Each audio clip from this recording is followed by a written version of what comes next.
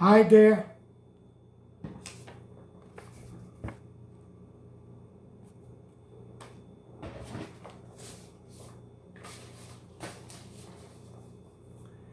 Father Maple rose and in the mild voice of unassuming authority ordered the scattered people to condense. Starboard gangway. There. Side away to larboard.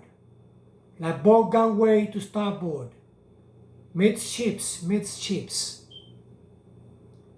There was a low rumbling of heavy sea boots among the benches, and a still slighter shuffling of women's shoes, and all was quiet again and every eye on the preacher.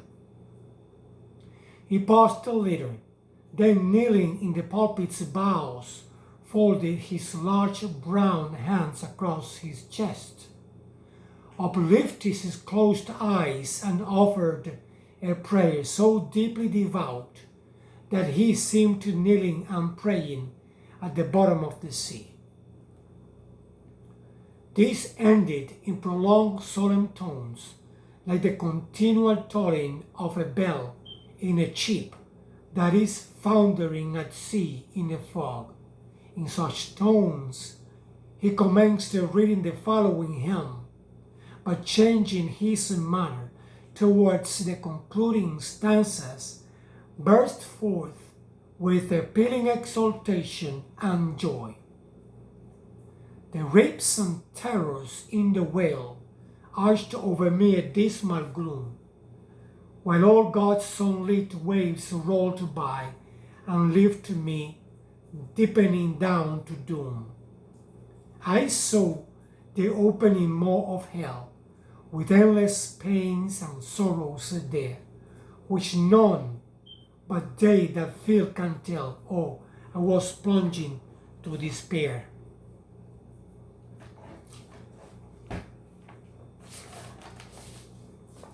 In black distress I called my God, when I could scarce believe him mine. He bowed his ear to my complaints, no more the whale did me confine. With speed he flew to my relief, as on a radiant dolphin borne, awful, jet bright, as lightning shone the face of my deliverer, God. My song forever shall record that terrible, that joyful hour. I give the glory to my God. His all the mercy and the power. Nearly all joined in singing this hymn, which swelled high above the howling of the storm.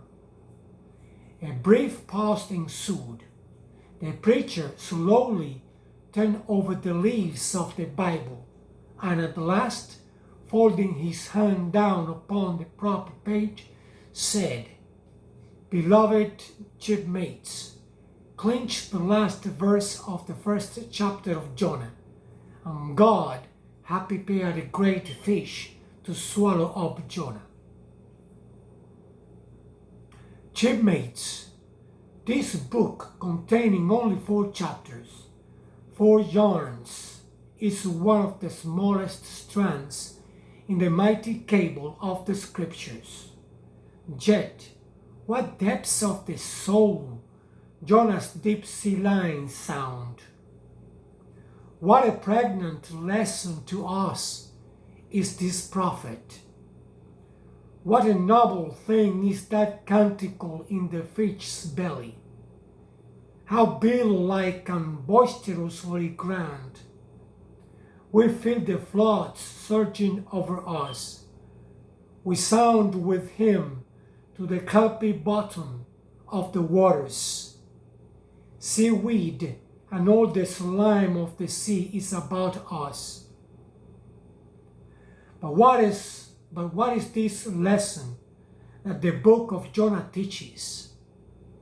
Shipmates, it is a two-stranded lesson. A lesson to us all as sinful men, and a lesson to me as a pilot of the living God. As sinful men, it is a lesson to us all, because it is a story of the sin, hard-heartedness, suddenly awakened fears, the swift punishment, repentance, prayers, and finally, the deliverance and joy of Jonah.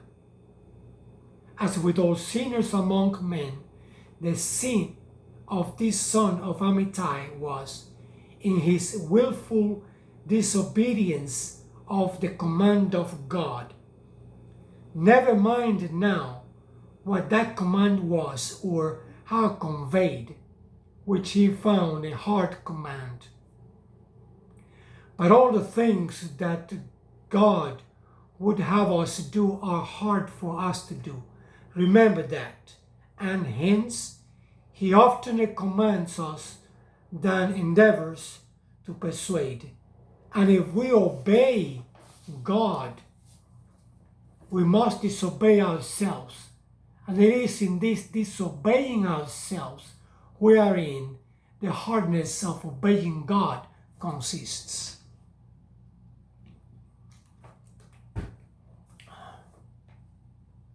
With this sin of disobedience in him, Jonah still further flouts at God by seeking to flee from him.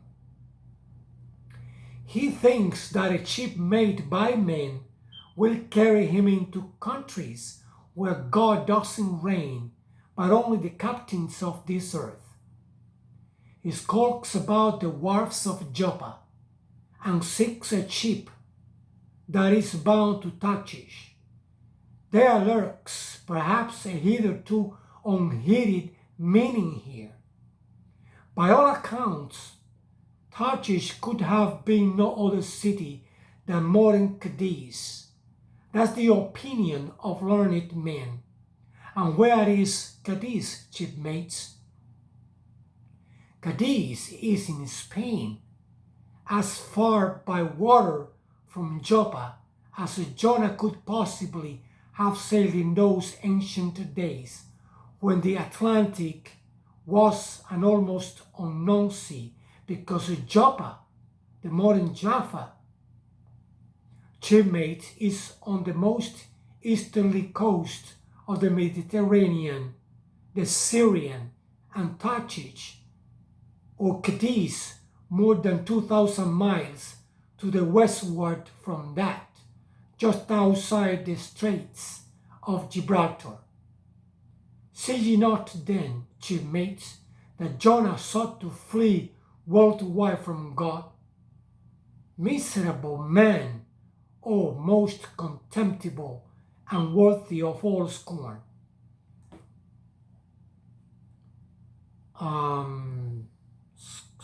Scorn, with slouched hat and guilty eye, skulking from his God, prowling among the shipping like a vile burglar hastening to cross the seas, so disordered, self-condemning in his look, that had there been policemen in those days, Jonah, on the mere suspicion of something wrong, had been arrested ere he touched a deck. How plainly he is a fugitive. No baggage, not a hat box, valise, a carpet bag. No friends accompany him to the wharf with their adieus. At last, after much dodging search, he finds the Tarshish ship receiving the last items of her cargo, and as he steps on board to see its captain in the cabin, all the sailors, for the moment, desist from hoisting in the goods to mark the stranger's evil eye. Jonah sees this, but in vain he tries to look all ease and confidence. In vain essays his wretched smile. Strong intuitions of the man assure the mariners he can be no innocent. In their gamesome but still serious way, one whispers to other, "Jack, he's robbed widow," or "Joe, do you mark him? He's a bigamist," or "Harry, lad, I guess he's an adulterer that broke jail in old Gomorrah," or belike one of the missing murderers from Sodom. Another runs to read the bill that is stuck against the spile upon the wharf to which the ship is moored, offering 500 gold coins for the apprehension of a parasite and containing a description of his person.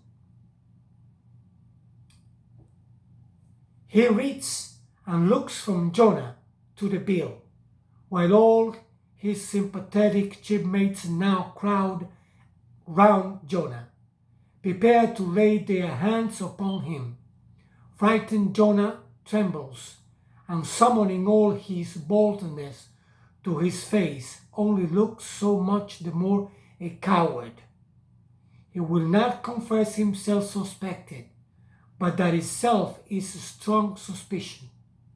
So he makes the best of it, and when the sailors find not to be the man that is advertised, they let him pass, and he descends into the cabin. It will continue. Now, I dedicate the above reading to Helen Keller.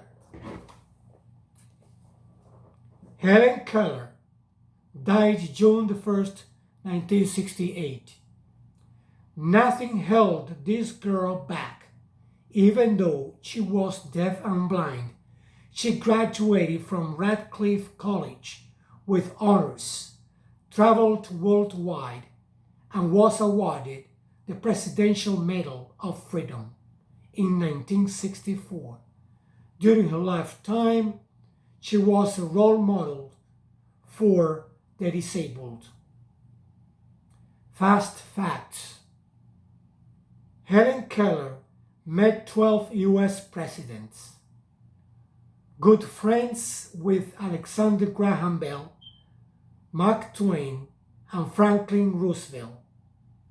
Helen Keller is known for saying, "Life is either a daring adventure or nothing."